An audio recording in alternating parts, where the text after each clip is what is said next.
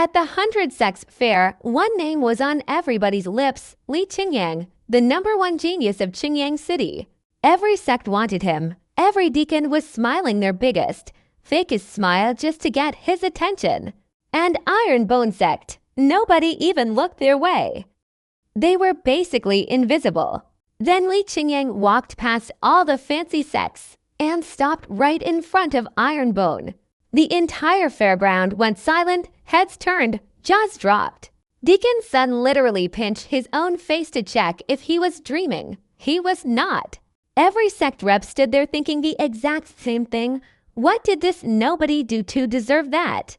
Jun Changxiao, cool as ice, just nodded and said, "Yes, I'm the sect leader of Iron Bone Clan." Then Li Qingyang did something nobody expected. He bowed his head and said, "I left without thanking you before. I was rude. I'm sorry." The crowd's brains completely crashed. The top genius was apologizing to the trash sect leader. Even Lu Qianchen next to him couldn't believe what she was seeing. Jun Changxiao smiled and waved it off. "Don't worry about it. I had already forgotten." Lu Qianchen slowly turned her head, because 5 minutes ago, she had heard him mutter, "That ungrateful genius. Just looking at him annoys me." Then Li Qingyang asked, "Can you tell me about Iron Bone Clan?" And the whole crowd lost it again.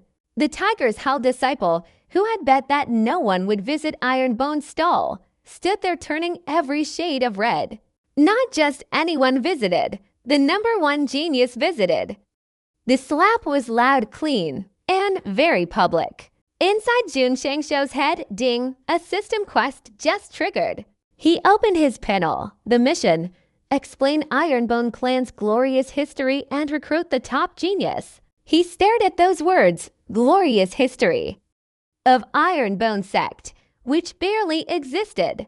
This sect had one disciple, 0 money, and a former leader who got executed after breaking out of prison. That was the history. But contribution points were on the line, so Jun Changxiao's brain started cooking. He straightened up, put on his most serious face, and said, "Young Masterly, to most people, Iron Bone seems like a small, forgotten sect." Everyone nodded. Yes, obviously, very obviously. But the truth is, he paused for dramatic effect, Iron Bone Clan is an ancient sect with a history stretching back to the beginning of time. 1 second of silence. Then PFFT ha ha ha. The crowd erupted. Lu Qianchen stared at the back of her sect leader's head with visible suffering. But Li Qingyang didn't laugh. He just looked curious and said, "Please, tell me more." Jun Changxiao nodded like a true scholar and asked, "Have you heard of the Eastern Sea?" Li Qingyang said yes, a vast, dangerous ocean full of sea beasts, far to the east. At the very end of that sea, Jun Changxiao continued, "There is a land called Hail, and there stands Iron Bone Mountain, the birthplace of our sect." Nobody in the crowd had ever heard of Hail, not one person. Some of them actually started wondering if it was real.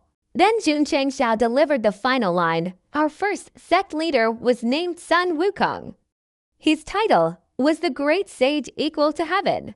He had just used Journey to the West as Iron Bone's founding mythology, completely straight-faced. The crowd stood there, half in disbelief, half genuinely unsure if they should laugh or take notes. Then one man stepped forward, the elder of Green Mountain Sect, eyes burning, voice cold. "Nonsense.